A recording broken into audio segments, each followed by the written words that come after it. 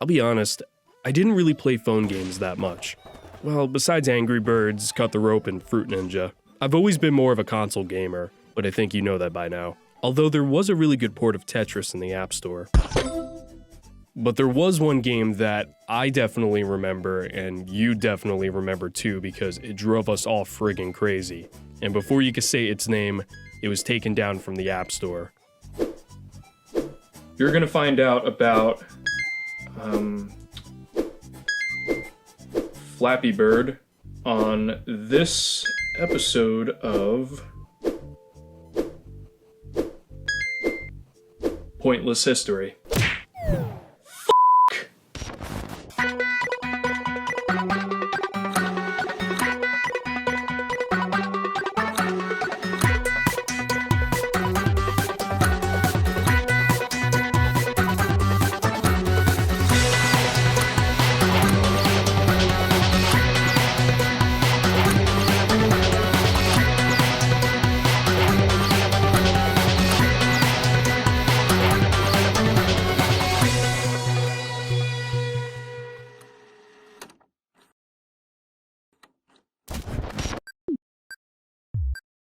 Nguyen was born in Vietnam and became an avid gamer after playing Super Mario Bros. This led to an interest in coding, an internship at Punch Entertainment, and found that most phone games were too complicated and annoying, in particular Angry Birds. He decided to make what was supposed to be a much simpler and more relaxed phone game.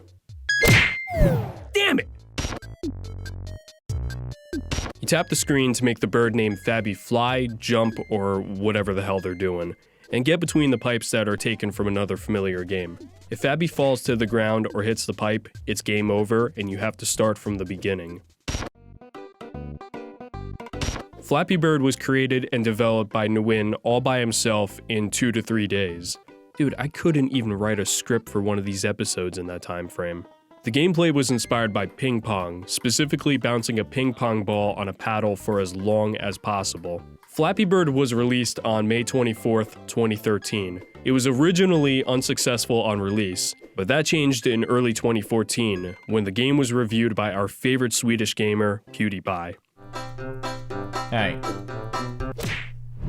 That went great. This actually caused a massive influx of downloads, even though it was a bad game review.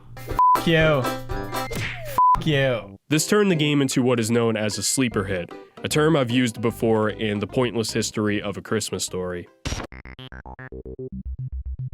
The game had mixed reviews and reactions from critics. Some liked it, most didn't, because of the difficulty and the graphics looking too retro and similar to Super Mario Bros. Flappy Bird was originally easier than the final release, but Nguyen decided to ghost and goblins that shit and ramped up the difficulty. It didn't stop people from playing it though.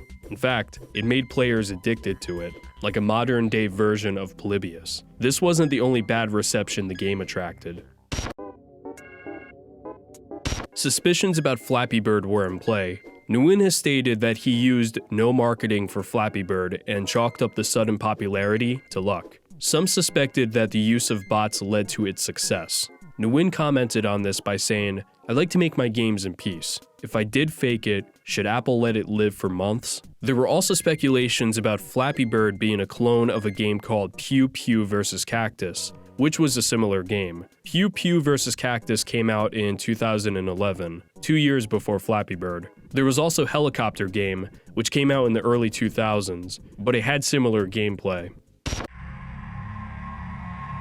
I wasn't kidding about Flappy Bird being like Polybius. Well, in this case, more like Berserk. A story went around that a kid from Chicago supposedly killed his older brother because of a higher score in Flappy Bird. I've told a somewhat similar story in the Berserk Pointless History episode. The only difference here? The Flappy Bird murder was a hoax. Wish I could say the same thing about the Berserk murder. I do have to get sidetracked for just this moment to read this part of the Flappy Bird murder hoax article. This is supposed to be a police officer being interviewed on the scene of the murder. Police officer Marco Grant told Hustlers, "It's a tragedy. He murdered his own brother because of a stupid game. I mean, I've played the game before, and it's hard as shit. F*** that game. I couldn't even pass 5. Why the f*** are you a bird if you can't f***ing fly straight? Fake ass Super Mario piece of shit." Due to allegations, the game's addictive nature, and the sudden success and attention Flappy Bird was receiving, brought along loss of sleep, stress, and guilt that Nguyen was dealing with.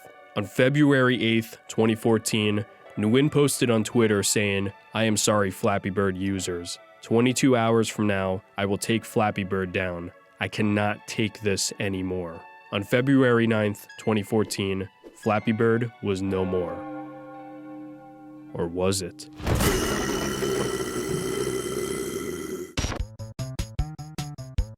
After the removal, it was reported that eBay users were selling their phones with the game pre-installed for just ridiculous prices. However, eBay has a policy that requires phone sellers to reset their phones back to factory settings before selling them. Well, it's 11 years later and people still haven't listened to that frickin' policy.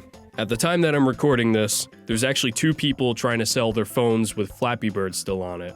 And look at those prices. Frickin' ridiculous. Between March and August 2014, Nguyen had talked about re-releasing Flappy Bird back into the app stores, with a notification telling the players to take a break from the game. But what we got instead was a new multiplayer version of the game with new obstacles, called Flappy Bird's Family, an exclusive game sold through the Amazon App Store for the Fire TV. I have a Samsung Smart TV, damn it! But in 2024, an unofficial reboot of the game was announced.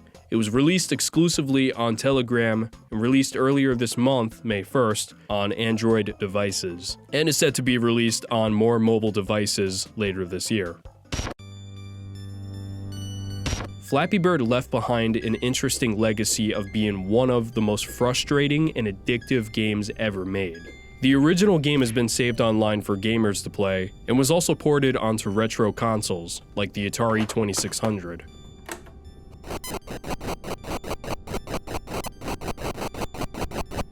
Son of a bitch! It was one of those games that you intended to play for only a few minutes. And the next thing you know,